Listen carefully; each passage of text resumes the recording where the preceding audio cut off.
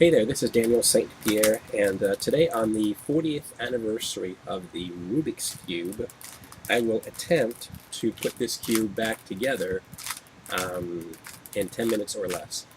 Pretty impressive if I could. I do have a technique and some formulas that I remember from when I was a kid, and that was about 40 years ago or whatever. So I always start with matching the white stickers on the top and making sure that each of the center pieces matches the center sticker on that face. So let me try to go ahead and get that done for you.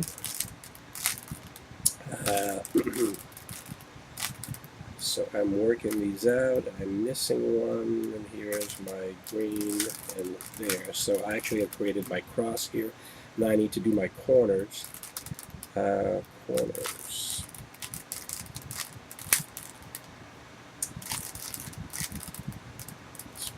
Here.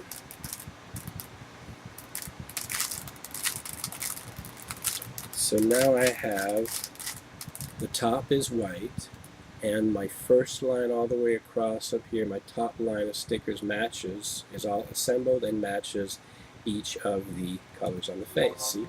Now I'm going to go for my corners here of these faces, and that's a little tricky, but not too tricky.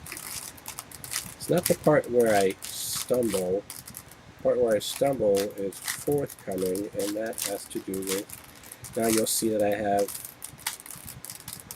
top is white, and I've got, oops, sorry about that. I'm missing one.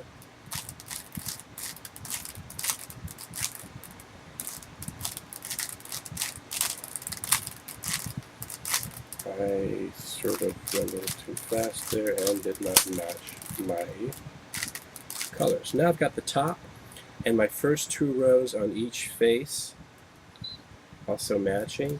Now I gotta do my corners, and that gets a little tricky here. See, these two here are opposite.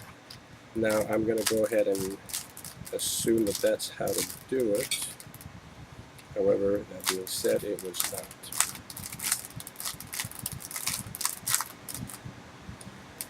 Okay, I've got these two corners here. You see the red and blue. Blue and orange are good. However, I've got red and green, and here I've got orange and green with that yellow, and they're sort of opposite. So, how to do that? How would I...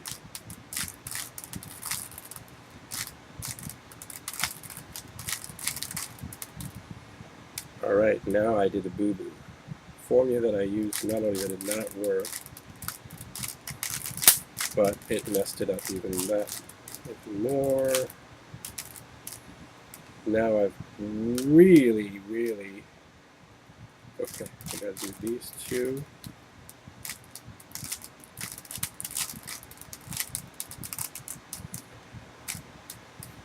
Yeah, hold on here.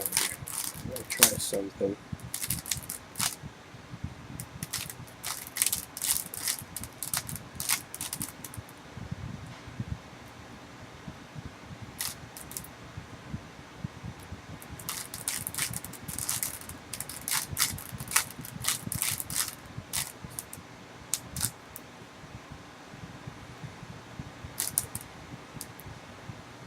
So these two are fine, these two are not.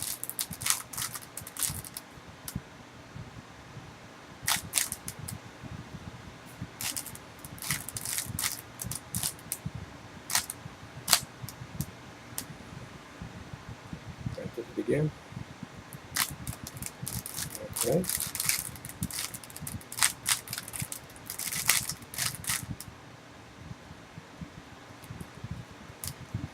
Okay. Now,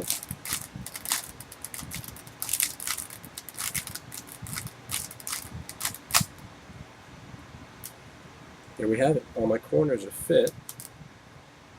But now, oh, wow, this is going to be complicated. I'm sorry it's taking so long. I guess I should have practiced a little more, huh? Oh. dear. Yeah, practice makes perfect when it comes to the Rubik's Cube. And if you haven't practiced in a while, as I clearly have not, now I really messed it up. Okay, so 1, 2, 3, 4.